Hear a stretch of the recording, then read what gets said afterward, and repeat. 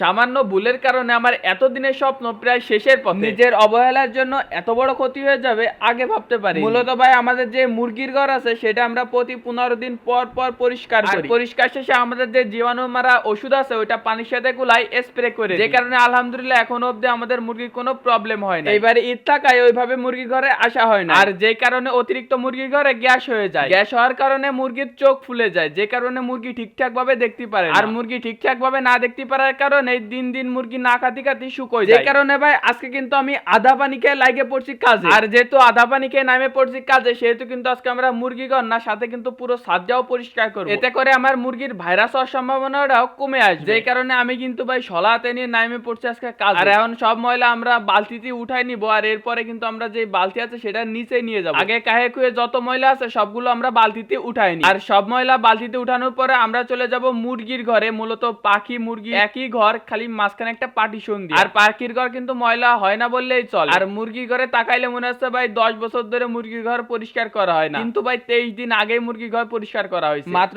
8 দিনের ব্যবধানে আমার মুরগির এই অবস্থা। মূলত ভাই আমি 8 দিন আগে কোথায় 15 দিনের সময় যদি আমি পরিষ্কার করতাম তাহলে আমার মুরগির এই অবস্থা হইতো না। সত্যি বলতে ভাই নিজের কাছে এনে খারাপ লাগতেছে। সামান্য একটু ভুলের জন্য আমার স্বপ্ন প্রায় শেষের পথে। সমস্যা নাই ভাই, মানুষ ভুল থেকেই শিক্ষা গ্রহণ করে, কারণ ভাই আল্লাহ যা করেন মানুষের ভালোর জন্যই করে। এই ছোট ছোট ভুল থেকেই শিক্ষা গ্রহণ করা উচিত। আর কথা বলতে বলতে আমাদের যে মুরগির ঘর আছে সেটা প্রায় পরিষ্কার করা কমপ্লিট। এখন আমি নিজেই টের পাচ্ছি ভিতরে গ্যাস অনেকটাই কমে গেছে। দুই সাইডে যেহেতু পরিষ্কার করা শেষ, এখন আমরা জীবাণুর বংশ ধ্বংস করার ট্রাই করি। এখন অনেকের মনে একটা প্রশ্ন থাকতে পারে যে মুরগি ঠান্ডা লাগলেও তো মাথার সাথে চোখ ফুলে যায়, আর চোখ ফুলার কারণে মুরগি ঠিকঠাক ভাবে দেখতে পারে না। সত্য বলতে আল্লাহর রহমতে এখনো অবধি আমার মুরগি ঠান্ডা লাগে না। প্রথমবারের মতন আমার নিজের ভুলের কারণে মুরগির কোন একটা সমস্যা হয়। আর আল্লাহ যা করে ভালোর জন্যই করে। আর আমি যেভাবে আগুন দিছি এভাবে দিলে কি আসলে কি কাজ হয় নাকি একটু কেউ জানে থাকলে অবশ্যই কমেন্ট বক্সে বলে দিবেন। সত্যি বলতে ভাই এভাবে জীবাণুর বংশ ধ্বংস করার পুরোটাই রিস্ক। কেন ভাই রিস্ক?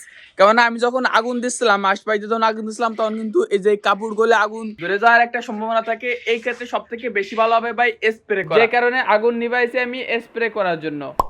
আচ্ছা, আমি কিন্তু 4 থেকে 5 দিন পরে আমি আমার যে মুরগির ঘর আছে সেদিকে চলে আসছি। আজকে আমি আপনাদের দেখাবো যে আসলে এই 5 দিন আমার মুরগিটা কতটা সুস্থ আছে। প্রথমের দিকে আপনারা দেখতেই পারছেন যে আমার মুরগি কিরকম মনে করেন যে খেলে দুলে বেড়াচ্ছে না, এক জায়গায় বসে পড়ে রয়েছে, মানে এত পরিমাণ গ্যাস হয়ে গেছিল। তো আপনারা এনে দেখতে পাচ্ছেন যে আমার যে মুরগিগুলো আছে সবগুলো কিন্তু দেন এক কথা আইটে চলে বেড়াচ্ছে, খাইয়ে খুঁয়ে বেড়াচ্ছে সবকটা একদম আল্লাহর মতো সবগুলো কিন্তু সুস্থ আছে। আর এই কোনার দিকে আমাদের যে পায়রাগুলো ছিল পায়রাগুলো শুধু পায়রায় রেখে দিছি, আর যে মুরগিগুলো সেগুলো কিন্তু আমরা ওই সাইডে নিয়ে গেছি। এই সাইডে পায়রা রেখে দেওয়ার কারণে ভাই দেখেন পায়রাগুলো নিচে দিয়ে কিন্তু খিলে দুলে বেড়াচ্ছে। আর আগে কিন্তু পায়রাগুলো ভাই নিচেই নামতো না, শুধু যে এর পরে বসে থাকতো, এর পদে বসে থাকতো, নিচেই নামতো না। আর এখন যখন মুরগিগুলোর আমি এই সাইডে দিছি তখন কিন্তু আমার পায়রাগুলো এখন ভাই নিচে দিয়ে খিলে দুলে বেড়াচ্ছে। তো এটা ছিল আজকের ভিডিও। সবাইকে আসসালামু আলাইকুম।